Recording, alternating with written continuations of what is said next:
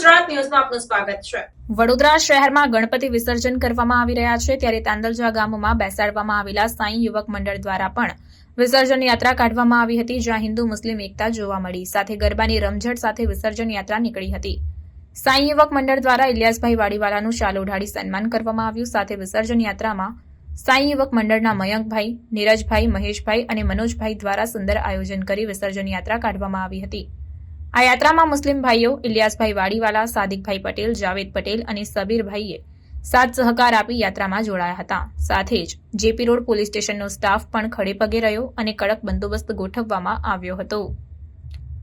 Report Nazeer Sheikh સાથે cameraman Shailesh Solanki, secular Gujarat news, Vadodara. આ તાંદલજા ગામ વર્ષો જૂનું ગામ છે। અહીંયા તમામ તહેવારો નવરાત્રિ, ગણપતિ, મોહરમ એક જ જગ્યાએ થાય છે। આજે ગણેશજી વિસર્જનના દિવસે અહીંયા સાંઈ યુવક મંડળ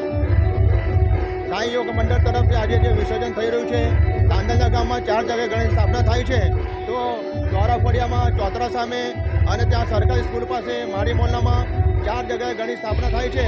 તો આજે વિસર્જનનો દિવસ હોય તો સાંઈ યુવક મંડળ તરફથી મંડળના તમામ સભ્યો આજે બધા ગામમાં હાજર છે। અહીંયા તાંદલજા ગામમાં આજે જોઈ શકો છો કે એક તરફ મુસ્લિમ અને એક તરફ હિન્દુ લોકો તમામ સાથે મળીને આજે એકબીજાનું ભાઈચારાપૂર્વક સ્વાગત કર્યું અને મીડિયાને પણ બોલાવીને મીડિયાનું પણ સ્વાગત કર્યું। તો આ એક તાંદલજા ગામની એકતાનું પ્રતીક છે। દરેક તહેવારો, કોઈ પણ તહેવાર હોય, નવરાત્રિ હોય, ગણપતિ હોય, મોહરમ હોય, તમામ તહેવારો આ જ પ્રમાણે હિન્દુ મુસ્લિમ સાથે મળીને કરે એ મારી દુઆને પ્રાર્થના છે।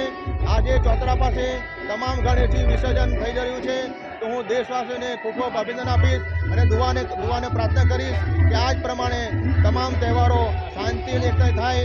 અમારા તાંદલજા ગામમાં દરેક મુસલમાન ભાઈ તથા હિન્દુ ભાઈ સાથે મળીને તહેવાર કરીએ છીએ, તો હું દરેકને વાડીવાલા પરિવાર તરફથી અને તાંદલજા ગામના યુવાનો તરફથી ખૂબ ખૂબ અભિનંદન આપું છું।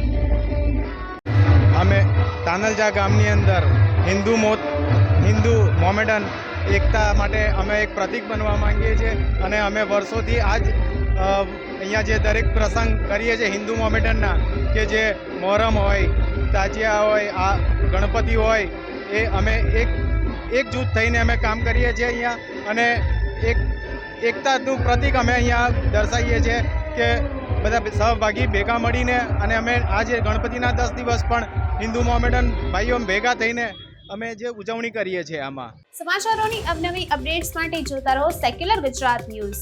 સાથે સેક્યુલર ગુજરાત ન્યૂઝ ચેનલને લાઇક, શેર અને સબસ્ક્રાઇબ કરો અને બેલ આઇકોન દબાવીને સમાચારોની ઝડપી માહિતી મેળવો।